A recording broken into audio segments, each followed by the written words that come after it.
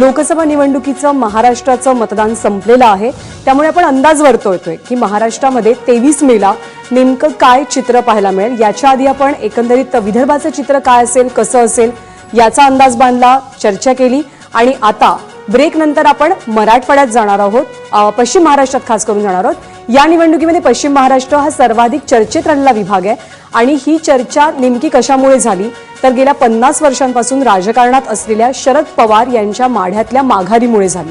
तितकीच चर्चा झाली ती पवारांच्या तिसऱ्या पिढीच्या पदार्पणाची सुद्धा।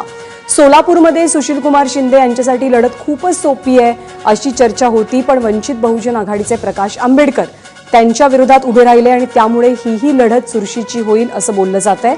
बारामती अमित जिंकणार या मुख्यमंत्र्यांच्या सिंहगर्जनेची अजूनही चर्चा होते। सुप्रिया सुळे यांच्या विरोधात अगदी आयत्या वेळेला कांचन कुल यांना उमेदवारी मिळाली, त्यांनी प्रचारात रंगत आणली, त्यामुळे 2014 सारखी यावेळेला सुद्धा बारामतीची मोठी चर्चा आहे। बारामतीबद्दल अनेक अंदाज वर्तवले जात आहेत आणि हातकणंगले राजू शेट्टींचा हा मतदारसंघ अगदी हक्काचा मतदारसंघ, तरी सुद्धा तिथे सुद्धा अटीतटीची लढत झाल्याची चर्चा आहे। त्यामुळे या लढतींमधले बारकावे आपण जाणून घेणार आहोत। या सगळ्या संदर्भात चर्चा करण्यासाठी अभय देशपांडे सर आपल्या सोबत आहेत, एबीपी माझाचे संपादक राजीव खांडेकर सुद्धा आपल्या सोबत आहेत, तर भाजपचे आमदार अतुल भातखळकर आपल्या चर्चेमध्ये सहभागी झालेले आहेत, शिवसेनेचे आमदार नीलम गोऱ्हे आपल्या सोबत आहेत, काँग्रेसचे आमदार अनंत गाडगीळ सर आपल्या सोबत आहेत आणि राष्ट्रवादी काँग्रेसच्या महिला आघाडीच्या चित्रा वाघ आपल्या सोबत आहेत। मंदार गोंजारी आपले प्रतिनिधी पश्चिम महाराष्ट्राचं एकंदरीत चित्र कसं असणार आहे ते आपल्याला सांगतील, तिथले ज्येष्ठ पत्रकार त्यांच्या सोबत असतील। पण त्याआधी पश्चिम महाराष्ट्रातल्या महत्त्वाच्या लढती कोणकोणत्या आहेत त्यावरती आपण एक नजर टाकूया। तर पश्चिम महाराष्ट्रातल्या महत्त्वाच्या लढती सगळ्यात चर्चेत आहे ती अर्थातच मावळ कोण जिंकणार, मावळमध्ये काय होणार, कारण श्रीरंग बारणे यांना आव्हान आहे पार्थ पवार यांचं। बारामती सुप्रिया सुळे सहज ही निवडणूक जिंकतील अशी चर्चा असताना सुप्रिया सुळे यांना आव्हान दिलं ते कांचन कुल यांनी, त्यामुळे सुप्रिया सुळे यांच्या बारामतीबद्दल सुद्धा अनेक अंदाज वर्तवले जात आहेत। शिरूरमध्ये सुद्धा अगदी टफ फाईट आहे, शिवाजीराव आढळराव पाटील विरुद्ध राष्ट्रवादीचे जे शिवसेनेतनंच राष्ट्रवादीमध्ये आले ते अमोल कोल्हे, तर सोलापुरात तिरंगी लढत पाहायला मिळते।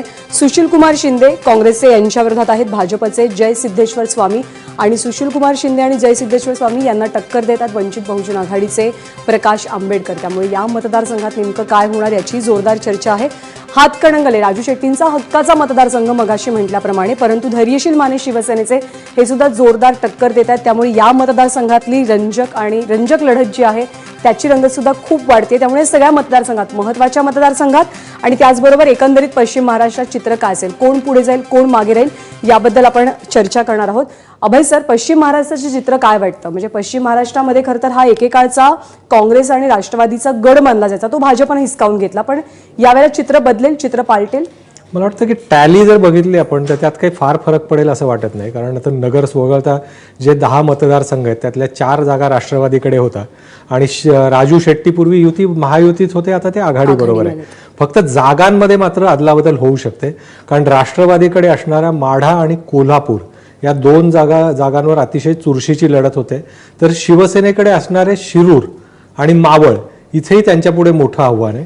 तर मला वाटतं की काही जागांची अदलाबदल होईल, पण अंतिमतः आकडे जे आहेत त्यात काही फार मोठा बदल होईल असं वाटत नाही। राजीव सर, मलाही असंच वाटतं। मोदींची लाट असताना सुद्धा पश्चिम महाराष्ट्रामधल्या 4 जागा काँग्रेस राष्ट्रवादीला आणि खास करून राष्ट्रवादीला जिंकता आल्या होत्या, पण ह्या खेपेचा एकूणच प्रचाराचा पोत आणि ज्या पद्धतीचं वातावरण सगळं ढवळून निघाले, बऱ्याच ठिकाणी असं बघायला मिळालं की प्रमुख नेत्यांना, मग ते नागपूरमध्ये नितीन गडकरी असतील, नांदेडमध्ये अशोक चव्हाण असतील, बारामतीमध्ये सुप्रिया सुळे असतील, हातकणंगल्यामध्ये राजू शेट्टी असतील, यांना आपापल्या मतदारसंघामध्ये तळ ठोकून बसावं लागलं। अशा प्रकारचं आव्हान सगळ्या प्रमुख नेत्यांच्या समोर या खेपेला होतं। पण मी अभय देशपांडेंच्या मताशी सहमत आहे की आकडा साधारण तसाच राहील। शिरूरच्या बाबतीमध्ये मला असं वाटतं की शिरूर शिवसेनेला गमवावी लागेल, कोल्हापूर त्यांना जिंकता येईल।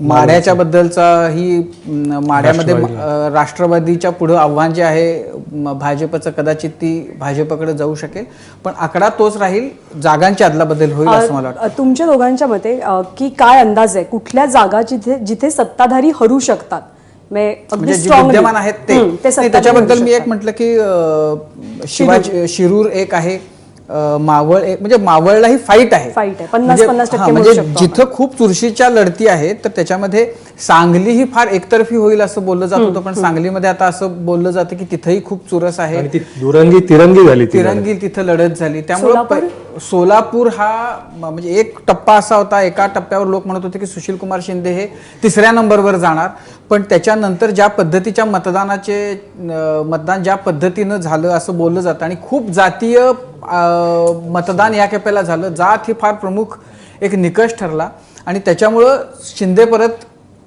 स्पर्धेमध्ये आले. तर स्पर्धा खूप ठिकाणी, असं नेमकं ह्या जागा त्या जागा असं म्हणता येणार नाही, पण जागांची अदलाबदल होणार हे स्पष्ट आहे. बारामतीबद्दल खूप पैजा लागतात की नेमकं काय होणार, बारामतीची कुठली मुलगी पुढे 2014 जाणार? मध्ये जानकर ज्यावेळेस लढले ते भाजपाच्या चिन्हावर लढले असते तर वेगळं चित्र दिसलं असतं असं सतत बोललं यावेळेला आहे जातं. तिथे परंतु कमाल. मागच्या वेळेस तिकडे म्हणजे 3 विधानसभा मतदारसंघामध्ये मोठ्या प्रमाणात आघाडी मिळाली होती जानकरांनाही, आणि तोच फरक तर कदाचित चिन्हावर असले असते तर आणखी मतदारसंघात ते दिसलं असतं.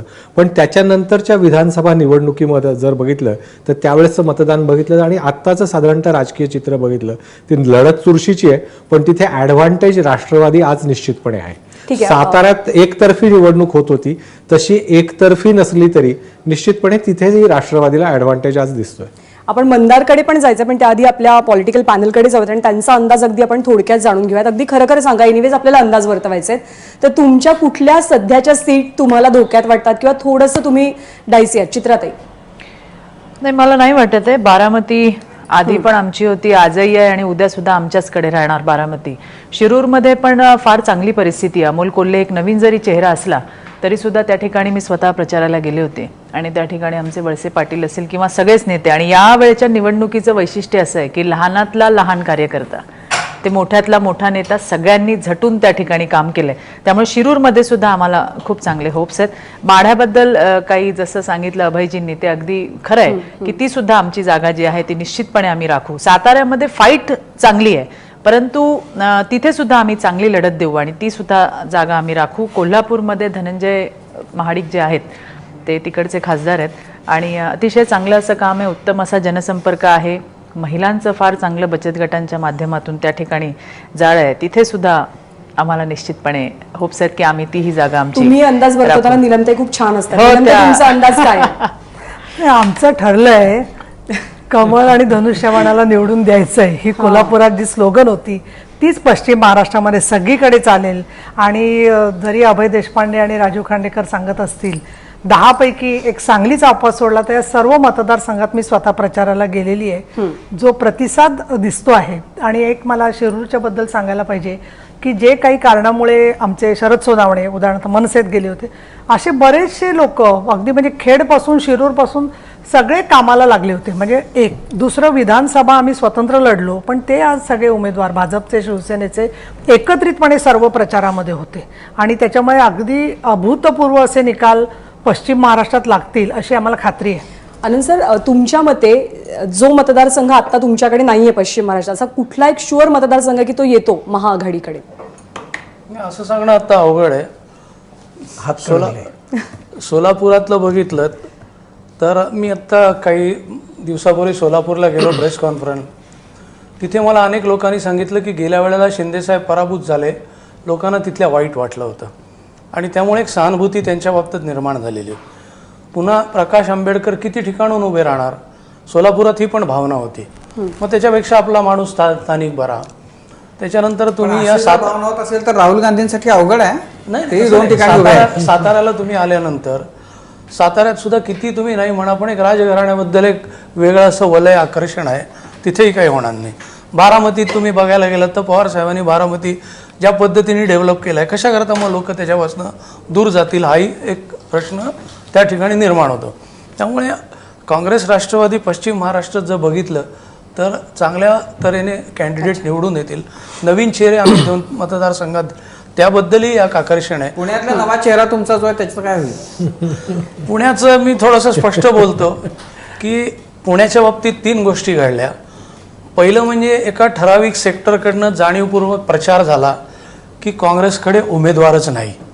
दुसरं, काँग्रेसने उमेदवार ठरवायला वेळ गेला याचा फायदा उठवला गेला.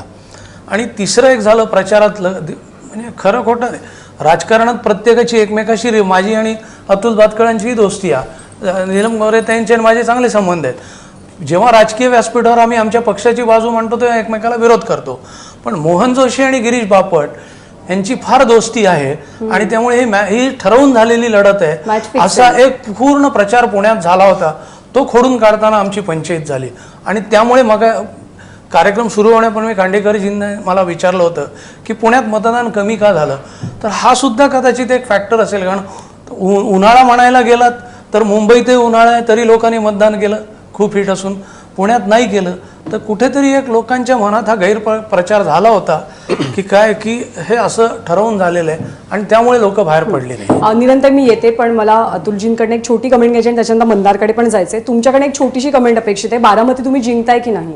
100% जिंकतो. ओके. मी हे तुमच्या कार्यक्रमात साधारणतः काय कुठला तरी पोल होता त्यावेळेला मी हे सांगितलं होतं, ते रेकॉर्डेड असेल. 100% बारामती आम्ही जिंकतोय, म्हाडा आम्ही 100% जिंकतोय आणि त्याच्यामुळे मला काही अडचण वाटत नाही. ही निवडणूक प्रामुख्याने मोदी हवेत का नकोत अशा मुद्द्यावर विरोधी पक्षांनी पण नेली आणि सेक्शन ऑफ द मीडियाने पण नेली. मी तुम्हाला सांगतो त्या दोन मतदारसंघाचा ठाम विश्वास तुम्ही व्यक्त केला, पण तिथले जे स्थानिक पत्रकार आहेत त्यांना नेमकं काय वाटतं, त्यांचा अंदाज कसा आहे तोही आपण जाणून घेऊयात. आपण मंदारकडे जाऊयात.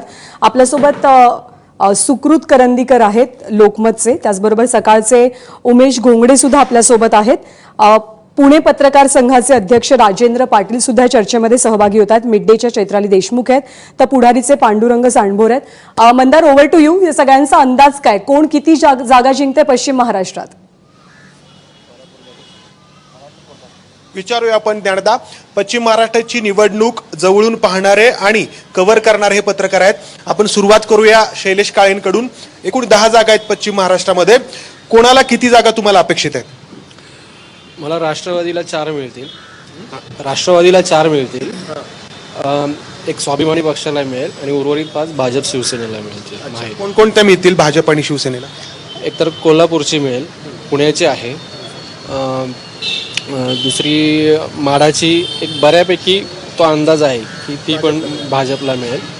शिवसेनेच्या एकतर शिवाजीराधा आढळराव पाटील शिरूरची आहे. तुमचा काय अंदाज आहे 10 जागांबद्दल? मला वाटतं की पश्चिम महाराष्ट्रामध्ये ज्या 10 जागा आहेत त्याच्यातल्या 2014च्या निवडणुकीमध्ये राष्ट्रवादी काँग्रेसने 4 जागा जिंकलेल्या होत्या. 3 जागा भारतीय जनता पक्षाने जिंकलेल्या होत्या. 2 ठिकाणी शिवसेना तर आणि एका ठिकाणी हातकणंगल्यामध्ये स्वाभिमानी पक्ष विजयी झालेला होता. आणि यावेळची मला वाटतं इलेक्शन ही पहिली इलेक्शन आहे की ज्याच्यामुळे आपल्याला थेटपणे कुठल्याही जागेबद्दलचा अंदाज वर्तवणं थोडंसं अवघड जातं आहे. कारण अनेक ठिकाणच्या निवडणुका अत्यंत चुरशीळ झालेल्या आहेत. पण तरी पण त्यातही आपल्याला सांगायचं झालं तर बारामतीची जागा आपल्याला ठामपणे सांगता येईल की ही जागा राष्ट्रवादीकडे जाईल. त्याच्यानंतर शिरूरची जागा जी गेल्या वेळेला शिवसेनेकडे होती ती जागासुद्धा राष्ट्रवादी यावेळेला जिंकून आणेल असं चित्र आत्ता दिसतं आहे. मागच्या वेळेला आणखीन त्यांनी साताऱ्याची जागा जिंकली होती. ती जागा तिथं मोठ्या प्रमाणामध्ये आव्हान देण्याचा प्रयत्न भाजपकडनं झालेला आहे. पण ती जागा देखील राष्ट्रवादी पुन्हा कायम राखेल असं दिसतंय. फक्त माढ्याची जागा जी आहे जिथं विजयसिंह मोहिते पाटील गेल्या वेळेला विद्यमान खासदार होते तर तिथं मात्र चुरस दिसते आपल्याला आणि तिथं भारतीय जनता पक्षाने बऱ्यापैकी आव्हान उभं केलेलं आहे. आणि आत्ता जे काही सगळे रिपोर्ट्स येत आहेत त्याच्यावरून असं दिसतंय की तिथला निकाल सांगणं आता थोडंसं अवघड आहे. हीच परिस्थिती भारतीय जनता पक्षाच्या बाबतीमध्ये आहे. भारतीय जनता पक्षाने 2014मध्ये पुणे, सोलापूर आणि सांगली या 3 ठिकाणी विजय मिळवलेला होता. त्याच्यामधले फक्त पुण्याची जागा अशी आहे की जिथं ते नक्की जिंकतील असं सांगता येईल. अर्थात त्यांना गेल्या वेळी इतकं मताधिक्य मिळेल की नाही याच्याबद्दल शंका आहे. पण सांगली आणि सोलापूर या 2 जागांच्या बाबतीमध्ये पुन्हा असंच आहे की तिथे नेमकं काय होईल, किती लोक किती मताधिक्याने कोण जिंकेल हे सांगणं थोडंसं अवघड जातं आहे. पण सांगलीमध्ये भाजपचं पारड जड आहे असं आता म्हणता येईल आपल्याला. आणि हीच परिस्थिती स्वाभिमानी शेतकरी संघटनेच्या बाबतीमध्ये आहे जिथं त्यांचे अध्यक्ष खासदार राजू शेट्टी स्वतः निवडणूक लढवत आहेत. त्यांना पण शिवसेनेकडून मोठ्या प्रमाणात आव्हान. निवडून येतील राजू शेट्टी की नाही? निवडून येतील असं मला ठामपणे वाटतं. तर सुकृत करंदीकर यांनी 10 पैकी 7 जागांबद्दल ठाम त्यांची मतं सांगितली. 3 जागा ज्या आहेत सोलापूर, माढा आणि तिसरी तुम्ही सांगली म्हणतात की ज्याबद्दल अंदाज वर्तवणं अजूनही अवघड आहे. आपल्यासोबत राजेंद्र पाटील आहेत. माढ्याबद्दल पण सांगणं अवघड आहे. सांगलीमध्ये कदाचित ते जिंकतील असं मला वाटतं. सांगली आणि पुण्यामध्ये माढ्याचा अंदाज सांगणं थोडंसं अवघड आहे. तुम्हाला काय वाटतं 10 जागांबद्दल? आत्ता थोडंसं बघितलं तर आपण पुण्यापासून जर सुरुवात केली तर पुण्यामध्ये गिरीश बापटांचं पारडं जडच आहे. ते निवडून येऊ शकतात. पुणे जिल्ह्यातल्या 4 पैकी पुन्हा एकदा बारामतीचा जो मतदारसंघ आहे त्या ठिकाणी सुप्रिया सुळेंनी शेवटी सगळी पवार कुटुंबियांनी आपली प्रतिष्ठापनाला लावलेली होती, जरी चुरशीची निवडणूक म्हटली तरी. त्यामुळे सुप्रिया सुळे त्या ठिकाणी मला वाटतं नक्की निवडून येतील. राहिला प्रश्न आपला मावळचा. मावळमध्ये पार्थ पवार आणि बारणे यांच्यामध्ये जी काही लढत झालेली आहे ती चुरशीची होईल असं बराच वेळा सांगितलं जातं की वरचढ कोण ठरेल आता काय तुम्हाला वाटतं? आताच्या या परिस्थिती म्हटलं तर पवारांच्या प्रतिष्ठेचा प्रश्न असल्यामुळे मला वाटतं पार्थ तिथं वरचढ ठरू शकतो. त्यानंतर शिरूरचा जर आपण विचार केला तर आढळरावांचे 3 टर्म जे झालेले आहेत त्याची अँटी कंपल्सी आणि अमोल कोल्हेंची जी काही प्रतिमा तयार झालेली आहे त्यांच्या मालिकांमधून, त्यामुळे तिथं अमोल कोल्हेंचं पारडं मला त्या ठिकाणी जड वाटतं. त्यानंतर सांगलीमध्ये सुकृतनी सांगितल्याप्रमाणेच अजून तसं काही प्रेडिक्शन असं सांगता येत नाही परफेक्ट तिथं कोणी लागू, तिरंगी लढत असल्यामुळं. साताऱ्याला उदयनराजे त्या ठिकाणी पारडं जड आहे असं मला वाटतं. सोलापूरमध्ये महाराज जे आहेत भाजपकडून उमेदवार म्हणून जे उभे आहेत, मला वाटतं की ते त्या ठिकाणी त्यांचं पारडं जड आहे. त्यानंतर माढामध्ये पण तसं आत्ता निश्चित काही असं सांगता येत नाही आपल्याला की नक्की कोणाचं पारडं. शेट्टींबद्दल काय वाटतं? कारण एरवी त्यांच्यासाठी खूप सुरक्षित असा सगळा तो मतदारसंघ, मोठ्या मताधिकांनी निवडून येणार आहे, मात्र यावेळी चर्चा होतीये, प्रत्यक्ष मतदान तसं झालंय की नाही माहित नाही. खूप चर्चा होतीये राजू शेट्टींबद्दल. सुरुवातीला खूप चुरस निर्माण झाली, त्यांच्याबद्दल बराचसा विरोध झाला, काही त्यांचे स्टेटमेंट पण त्यामध्ये अडचणीत आली. पण शेवटच्या क्षणाला मला वाटतं राजू शेट्टींचं पारडं जड झालेलं आणि ते मला वाटतं ते निवडून येतील असं मला वाटतं. आपण उमेश घोंगडेंकडे जाऊयात. 10 जागांबद्दल काय तुमचे अंदाज आहेत? मंदार 10 जागांपैकी सांगायचं झालं तर मी 4 जागा असे सांगेन की ज्या अत्यंत चुरशीच्या आहेत, त्याच्याबद्दल खरंच नेमकं काही सांगता येतं. त्यामध्ये माढा आहे, शिरूर आहे, मावळ आहे आणि सांगली आहे. सांगलीमधली तिरंगी. शिरूरला पण तुम्ही चुरस आहे असं म्हणता आहात? माझं मत आहे. काल मी दिवसभर शिरूर मतदारसंघात फिरलोय. 400 किलोमीटरचा काल दिवसभरातला माझा तिथला प्रवास होता. तिथं फिरल्यानंतर मला असं वाटतं की निश्चितपणे या कार्यक्रमाचं नावच अंदाज पंच आहे, त्यामुळे अंदाज वरतून टाका. कोण म्हणजे चुरस आहे पण कोण? मी तुम्हाला मतदारसंघ निहाय माझा अंदाज निश्चितपणे सांगेन. सोलापूरमध्ये ते जे भाजपचे महाराज आहेत ते निवडून येतील. हातकणंगलेमध्ये हमखास राजू शेट्टी येणार आहेत. कोल्हापूरमध्ये संजय मंडलिक जे शिवसेने ते निश्चितपणे निवडून येतील. साताऱ्यामध्ये महाराज 100% आहेतच. उदयनराजे महाराज. पुण्यामध्ये गिरीश बापट आहेत. आणि मी हे जे बाकीचे मतदार सांगितले मावळ, शिरूर, माढा आणि सांगली या 4ही मतदारसंघाबद्दल नेमकं सांगणं, कारण अत्यंत चुरशीची लढत आहे. माढ्यामध्ये सांगायचं झालं तर माढ्यामध्ये जो कोणी उमेदवार येईल तो 25-30 हजाराच्या फरकाने निवडून येईल. सांगलीमध्ये गोपीचंद पडळकर आहेत, त्यांच्यामुळे समीकरण अत्यंत बदललेली आहेत. त्यामुळे संजय काका पाटील कितपत निवडून येतील की विशाल पाटलांना ऐनवेळी त्यांना संधी मिळू शकते, अशा म्हणजे तिथं नेमकं सांगणं फार अवघड आहे.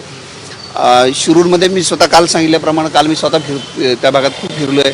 शिरूरमध्ये सुद्धा तरुण मुलं आणि महिलांचा प्रचंड प्रतिसाद कोल्हेंना दिसला. मात्र यंत्रणा जी आहे ती वळसे पाटलांची आढळरावांची अधिक सक्षम दिसली. आणि पार्थमध्ये आपण चर्चा करतोच आहे. पार्थमध्ये संपूर्ण राष्ट्रवादीची ताकद आता पार्थमध्ये मावळ मतदारसंघात लावली गेली होती. तरीसुद्धा जो शहरी भाग आहे, जो खोपोली आहे. आपण पांडुरंग सांडभोर यांना विचारूयात, काय वाटतं तुम्हाला या 10 जागांबद्दल? मंदार, मला तर असं वाटतं की पश्चिम महाराष्ट्रातल्या ज्या 10 जागा आहे त्यांच्या सर्वांच्या अत्यंत चुरशीच्या निवडणुका झाल्या आणि ते अत्यंत धक्कादायक निकाल येऊ शकतात. पण राष्ट्रवादीकडे ह्यावेळेस 4 जागा होत्या पश्चिम महाराष्ट्रातले आणि एकंदरीत भाजपने ह्यावेळेस अशा पद्धतीने ह्या ठिकाणी पश्चिम महाराष्ट्रावर लक्ष केंद्रित केलं होतं की पवारांना सुद्धा बारामतीत त्यांनी अडकून ठेवलं होतं. अजित पवार सुद्धा मावळमध्ये अडकलं होतं. तरी पण एकंदरीत निवडणुकीचं चित्र असं दिसतंय की राष्ट्रवादीसाठी कुठेतरी पश्चिम महाराष्ट्रात प्लस राहील. थोडक्यात आपण पुणे जिल्ह्यात जरी बघितलं तरी पुणे जिल्ह्यात एकूण 4 जागा आहे. पुण्याची जागा भाजपसाठी अनुकूल किंवा सोयीची आहे, भाजप ती जिंकेल अशा पद्धतीचं वातावरण आहे. मात्र मावळची जागा आणि शिरूरची जागा ही यावेळेस शिवसेनेला टिकवणं एक अवघड, राष्ट्रवादीकडे जाईल. ह्या जागा राष्ट्रवादीकडे जाऊ शकतात. ह्या 2 जागा राष्ट्रवादीच्या फायद्याची ठरू शकतात. आपण सोलापूरमध्ये गेलो तर माढ्याची जागा तिथं खूप फाईट आहे. पण एकंदरीत असं वाटतंय आणि एकंदरीत जो अंदाज वाटतोय त्यानुसार ती जागा राष्ट्रवादी पुन्हा जिंकेल आणि ती कायम ठेवू शकेल. त्यामुळे राष्ट्रवादीसाठी सुद्धा फायद्याची. सोलापूरची जागा तिथले महाराज असतील, सुशील कुमार शिंदे असतील काँग्रेसचे नेते आणि आपले वंचित बहुजन आघाडीचे प्रकाश आंबेडकर यांच्यात तिरंगी लढत आहे. एकंदरीत तिथल्या भाजपला ती जागा राखणं सुद्धा थोडं कठीण वाटतंय. कठीण आहे म्हणजे फाईट आहे तिथे. चैत्रली, तुला काय वाटतं? तू कोल्हापूर आणि या सगळ्या परिसरात फिरलेलीस. बेसिकली जरी बीजेपीला असं वाटत असेल की त्यांचं अनुकूल असं वातावरण आहे, पण तरी पश्चिम महाराष्ट्र बघितल्याच्या नंतर असं वाटतंय की तिथं एनसीपी खूप चांगल्या पद्धतीने टफ फाईट देते. यंगस्टर्स फार त्यांचे कार्यकर्ता सगळ्यात जास्त काम करतात आहे. कोल्हापूरला मागच्या वर्षी जरी मोदी लाट होती तरी कोल्हापूरमध्ये हा एनसीपीचा कॅन्डिडेट आलेला आहे आणि 5 वर्षामध्ये त्यांना फरक दिसलेला आहे. 5 वर्षामध्ये ज्या पद्धतीने प्रगती झालेली आहे आणि एकूण कोल्हापूरची परिस्थिती बघता अशी आहे की तिथं दोन वेगवेगळ्या आयडिओलॉजीज आहेत. एक यंगस्टर्स क्राऊड आहे जो शिवसैनिक किंवा त्या पद्धतीने काम करतो आहे आणि दुसरा तो 35+ जो आहे एज ग्रुप आहे. तर त्यांना जे कोल्हापूर काय आहे आणि त्याचा विकास काय आहे ज्या पद्धतीचं माहिती आहे त्या पद्धतीने असं वाटतंय की नाही का एनसीपीकडे जाण्याची जास्त कौल आहे. इव्हन पोषक वातावरण हे शेट्टींकडे जाण्याची शक्यता आहे की ज्या पद्धतीने शेट्टी काम करतात आहे आणि लोकांना हे कळून चुकलंय की म्हणजे आपलं ॲग्रिकल्चर हा आपला बेस पॉईंट आणि तो कुठे ना कुठेतरी सुधारावा असं त्यांना माहिती आहे. तुमच्या दोघांचं असं मत आहे की राष्ट्रवादीच्या जागा पश्चिम महाराष्ट्रात वाढू शकतात. चर्चा खूप होतीये, म्हणजे सगळ्यांनाच ही निवडणूक सोपी नाही राहिलेली हे मान्य होतंय. म्हणजे आधी जी 4-5 लाखांची मताधिक्य मिळायची ती आता कोणालाच मिळत नाहीयेत, कारण तेवढी चुरस आलेली आहे. मात्र या ज्या काही खास आपण ज्या काही मतदारसंघांबाबत बोलायचं झालं तर बारामती त्या ठिकाणी आपल्याला पाहायला मिळालं की भाजपचे नेते तळ ठोकून होते आणि पवारांना त्यामुळे खूप धावपळ करावी लागली. त्याबद्दल काय सांगाल, कारण हे आतापर्यंत पाहायला मिळालं नव्हतं 50 वर्षांमध्ये. पवारांना बारामती आणि मावळमध्ये रोखून धरण्यात भाजपला यश मिळालं असं नक्की म्हणता येईल, कारण त्यांचे अगदी राष्ट्रीय स्तरापासूनचे आणि राज्य पातळीवरचे अनेक नेते बारामतीमध्ये आणि मावळामध्ये प्रचारामध्ये गुंतलेले होते आणि त्यांनी ज्या पद्धतीने ताकद लावली त्याचा प्रतिकार करण्यासाठी स्वतः अजित पवार, शरद पवार आणि सुप्रिया सुळे या तिघांनाही बारामतीमध्ये खूप काळ थांबून राहावं लागलं, ही वस्तुस्थिती आहे.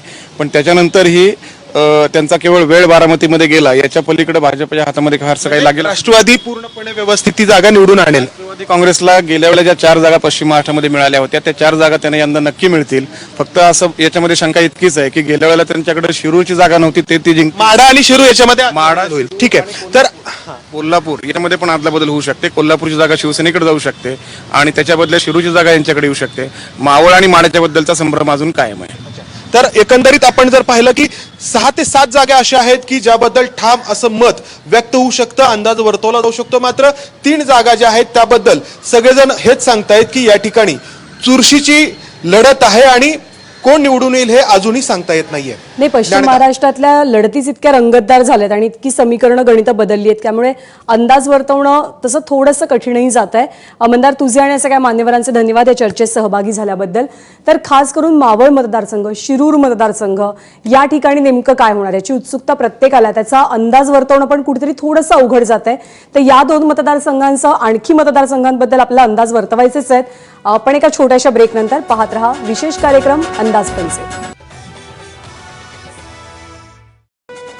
ब्रेकनंतर अंदाज पंचे या विशेष कार्यक्रमात आपल्या सगळ्यांचं स्वागत. पश्चिम महाराष्ट्रातल्या इंटरेस्टिंग लढतींबद्दल आपण बोलतोय. अंदाज काय काय, कारण पश्चिम महाराष्ट्रातले असे काही मतदारसंघ आहेत की जिथे नेमकं काय होणार याचं भाकीत आत्ता या क्षणी कुणीही वर्तवू शकत नाही, पण आपण एक अंदाज बांधतोय की काय इंटरेस्टिंग रिझल्ट्स आपल्याला पाहायला मिळतील. या चर्चेमध्ये ज्येष्ठ राजकीय विश्लेषक सुहास पळशीकर सर सुद्धा सहभागी झाले. सर, आपलं स्वागत आहे. पश्चिम महाराष्ट्राबद्दल आपण बोलतोय, तुमचा काय अंदाज आहे? पश्चिम महाराष्ट्रामध्ये चित्र बदलू शकतं, तसंच राहू शकतं, कुणाला किती जागा मिळतील? पश्चिम महाराष्ट्र काँग्रेसचा बालेकिल्ला म्हणून ओळखला जातो आणि तो गेलेला आहे त्यांच्या हातातनं गेल्या निवडणुकीमध्येच. गेल्या 5 वर्षात मला नाही असं वाटत आहे की काँग्रेसने असं काही खास केलं आहे किंवा राष्ट्रवादी काँग्रेसने की ज्याच्यामुळे तो बालेकिल्ला त्यांना आत्ता परत मिळायची फार मोठी शक्यता आहे आणि त्यामुळे फार काही पश्चिम महाराष्ट्रामधून काँग्रेसला बळ आत्ताच्या निवडणुकीमध्ये मिळेल असं मला तरी वाटत नाही. मावळ मतदारसंघ ज्याच्याबद्दल प्रेडिक्शन करायला या क्षणी कुणीही तयार नाहीये, तर मावळबद्दल तुमचा अंदाज काय? पार्थ पवार की श्रीरंग बारणे? जर कोणीच करायला तयार नसेल तर मी तरी कसं करणार? पण तुमच्याकडनं म्हणूनच अपेक्षा आहे की कारण असं तुम्ही काय आहे अंदाज की मांडता? मावळ हा असा एक मतदारसंघ आहे की ज्याच्यामध्ये 2 वेगवेगळे भाग एकत्र केलेले आहेत आणि त्यामुळे एका बाजूला शेतकरी कामगारी पक्षाचा असलेला बालेकिल्ला असलेला काही भाग आहे आणि इकडचा पुण्यातला काही भाग आहे की ज्याच्यामुळे हा अत्यंत अवघड मतदारसंघ बनतो. तुम्हाला हवंच असेल तर मी असं म्हणेन की जर शेतकरी कामगार पक्षाने खरंच काँग्रेस राष्ट्रवादीला मदत करायची ठरवली तर मावळमध्ये काहीतरी वेगळा निकाल लागू शकतो. त्याच्याबद्दल मावळबद्दल एक असं बोललं जातं की म्हणजे भाजपशी संबंधित असलेल्या मंडळींनी जर शिवसेनेच्या उमेदवारासाठी मनापासून प्रयत्न केले असतील तर त्यांना काहीतरी शक्यता आहेत निवडून येण्याची. पण असं दिसतं की ना घाटाच्या खाली ना घाटाच्या ह्या बाजूला तसे प्रयत्न झाले. आणि जसं आत्ता पळशीकर सर म्हणाले तसं तिथं शेका पक्षानं खूप मनापासून आणि खूप जोरात तिथं काम केलं आणि त्याच्यामुळं तो निकाल हा शिवसेनेच्या विरोधात आणि पार्थ पवारांच्या बाजूनं लागू शकतो. पण या निवडणुकीमध्ये एकंदरीतच पश्चिम महाराष्ट्रामध्ये म्हणजे सुशील कुमारांचं काय होणार? सुशील कुमार एका टप्प्यावर लोक म्हणत होते की ते 3ऱ्या नंबरला जाणार आणि नंतर मग परत असं झालं की मराठा मतदान एक गठ्ठा सुशील कुमारांच्या बाजूनं गेलं शेवटच्या म्हणजे मतदानाच्या दिवशी ज्या पद्धतीचं. आणि मग त्यामुळं मोहोळ असेल पंढरपूर असेल त्यामुळे ते परत रेसमध्ये आले. तर तुम्हाला एकूण जर आपण जागांच्या बद्दल बोलायचं म्हटलं तर तुम्हाला अशा कोणत्या जागा वाटतात की ज्या भाजपला शिवसेनेला राखता येतील आणि किंवा काँग्रेस आणि शिवसेनेला राखता येतील? मी म्हटलं तसं ते अवघड आहे. याचं कारण एक आपण सतत पाहिलं या निवडणुकीमध्ये की सगळ्यात महत्त्वाचा फॅक्टर प्रचारातला जर कुठला असेल तर तो पवारांनी केलेला प्रचार. आणि तो ज्या प्रमाणात यशस्वी होईल त्या प्रमाणात पश्चिम महाराष्ट्रामध्ये काँग्रेस तग धरू शकते किंवा वाढू शकते. काँग्रेस असं मी म्हणतोय, काँग्रेस आणि राष्ट्रवादी असं मला वाटतं. आणि त्यामुळे मला सुशीलकुमार शिंदेंच्या मतदारसंघाच्या बाबतीत असं काही इतकं खात्रीशीर वाटत नाही की तिथे त्यांच्या बाजूनीच निकाल लागेल असं. पण तुम्ही म्हणता ते तर्क बरोबर आहे की जर तिथे विशिष्ट प्रकारे एखाद्या समुदायाने मुद्दाम याच्या विरुद्ध म्हणजे बहुजन वंचित आघाडीच्या बरोबरही जायचं नाही आणि शिवसेना भाजपच्याही बरोबर जायचं नाही असं ठरवलं तर फरक पडू शकतो. पण दुसरीकडे कोल्हापूर जर तुम्ही पाहिलं तर कोल्हापूर त्यांच्या हातातनं गेल्याच जमा आहे काँग्रेस राष्ट्रवादीच्या. आणि त्यामुळे एका अर्थाने तो मागची निवडणूक आणि ह्या निवडणुकीमधल्या काही जागांचा बॅलन्स होतोय. मावळमध्ये फरक पडू शकतो हे तुम्ही म्हणलात ते बरोबर आहे. आणि त्यामुळे 3-4 जागा इथे राष्ट्रवादीला आणि काँग्रेसला मिळू शकतात या पट्ट्यामध्ये. त्याच्या खेरीज त्यांचा जो स्वतःचा तिथे बालेकिल्ला आहे त्याच्यातनं एखाद दुसरी जागा त्यांची निघून आली तर येऊ शकते. पण एकंदरीत ना या निवडणुकीमध्ये म्हणजे आता विदर्भाच्या बद्दल असं म्हणतात की विदर्भामध्ये कधी नाही इतकं जातीय या खेपेचं मतदान झालं. आपल्या पश्चिम महाराष्ट्रामध्ये खूप मोठ्या प्रमाणात झालं. ह्याचा असं जेव्हा सरसकट म्हटलं जातं की जात बघून तुमचा काय त्याच्याबद्दलचा टेक आहे? जातीय मतदान किती होतं म्हणजे किती महत्त्व असतं जातीय मतदानाला? महत्त्व आहेच. याचं कारण उत्तरोत्तर प्रत्येक जातीचा टोकदारपणा जो आहे तो वाढायला लागलेला आहे. म्हणजे असं काही नाही आहे की फक्त 1 किंवा 2 जाती कोणीतरी स्वतःच्या मतानी निवडणुकीचे निकाल फिरवू इच्छित आहेत. प्रत्येकच जातीचं असं झालेलं आहे की एक तर पहिलं आपल्या जातीचा उमेदवार असला तर त्याला मत द्यावं. दुसरं त्या जातीच्या मते त्यांचा जो प्रतिस्पर्धी असेल त्याला पाडण्यासाठीचं मतदान द्यावं. ही सगळी इक्वेशन्स महाराष्ट्रामध्ये कधी फारशी कमी झालेली नाही आहेत आणि आत्ताच्या निवडणुकीमध्ये ती जास्त तीव्रच झालेली आहे. पूर्वी फक्त विदर्भ आणि मराठवाड्यात हा मुद्दा जास्त प्रकर्षाने जाणवायचा. या निवडणुकीत सोलापूर आणि आता सांगलीमध्ये सुद्धा तर इकडे पण असं आता जातीय समीकरणाची मांडणी सुरू झाली पश्चिम महाराष्ट्रात. की पूर्वी कमी होतं असं तुम्ही जे म्हणताय पश्चिम महाराष्ट्रामध्ये पूर्वीपासून ते जेवढा प्रभाव विदर्भ आणि मराठवाड्यात जाणवतो एक वर्ग जातीयवादी प्रचार कायम करत आलेला आहे. 2009च्या निवडणुकीत बीड मधली घोषणा काय होती आणि नाशिक लोकसभेतली घोषणा काय होती हे इथे सांगणं सुद्धा माझ्या नैतिकतेत बसणार नाही म्हणून मी सांगू शकत नाही. आणि त्याच्यामुळे हे विश्लेषण मुळात की फक्त विदर्भात आणि मराठवाड्यात हे होतं म्हणजे माझं असं मत नाही की लोक 100% जातीवर मतदान करतात. हे खरं नव्हे. फक्त एका रिजनमध्ये होतं आणि पश्चिम महाराष्ट्रात आणि उर्वरित महाराष्ट्रात नव्हतं हे काही खरं नव्हे. त्याला आधार असा आहे भातखळकर की नामांतराच्या आंदोलनानंतर मराठवाड्यातलं झालेलं राजकारण आणि बसपाचा विदर्भात वाढलेला प्रभाव हा पश्चिम महाराष्ट्रात त्या प्रमाणात जाणवत नव्हता. हे त्याच्या मागचा आधार. आपल्याकडे हा सेशन संपवण्यासाठी अगदी शेवटची 2 मिनिटं आहेत. आपण पळशीकरांनी फार चांगलं हे केलं की ही वस्तुस्थिती आहे. या मुद्द्यावरनं 2 मतदारसंघ महत्वाचे आहेत. सर अगदी थोडक्यात मला सांगाल कारण आपल्याकडे शेवटची 2 मिनिटं हा सेगमेंट संपवण्यासाठी की वंचित बहुजन आघाडीने एक तर सांगली आणि दुसरं म्हणजे सोलापूर मतदारसंघ वंचित बहुजन आघाडीमुळे म्हणजे या जातीच्या समीकरणामुळे या 2 मतदारसंघात निकाल वेगळे पाहायला मिळू शकतील का? तुम्ही 2 एकत्र करताय पण वंचित बहुजन आघाडीमुळे निकाल वेगळे मिळू शकतात काही ठिकाणी. कारण त्यांना जर मतं मिळाली आणि ती नुसती जातीची नाही आहेत कारण त्यांनी जे कॉम्बिनेशन तयार केलेलं आहे जे मिश्रण तयार केलेलं आहे ते तथाकथित बहुजन आणि मुस्लिम यांचं ते मिश्रण आहे आणि त्याचा परिणाम निवडणुकीच्या निकालांवरती नक्की 3-4 ठिकाणी महाराष्ट्रात होऊ शकतो. त्याच्यात हे दोन मतदारसंघ आहेत. मतदारसंघ आहेत. अगदी शेवटच्या टप्प्यामध्ये मी तुमच्या चौघांकडे येते. आता तुम्ही दोघांनी एकत्र उत्तर द्या, कारण तुमची युती आणि तुमची आघाडी आहे. तुमच्या मते पश्चिम महाराष्ट्रात किती जागा आघाडीकडे आणि किती जागा युतीकडे येणार आहेत पश्चिम महाराष्ट्रातल्या?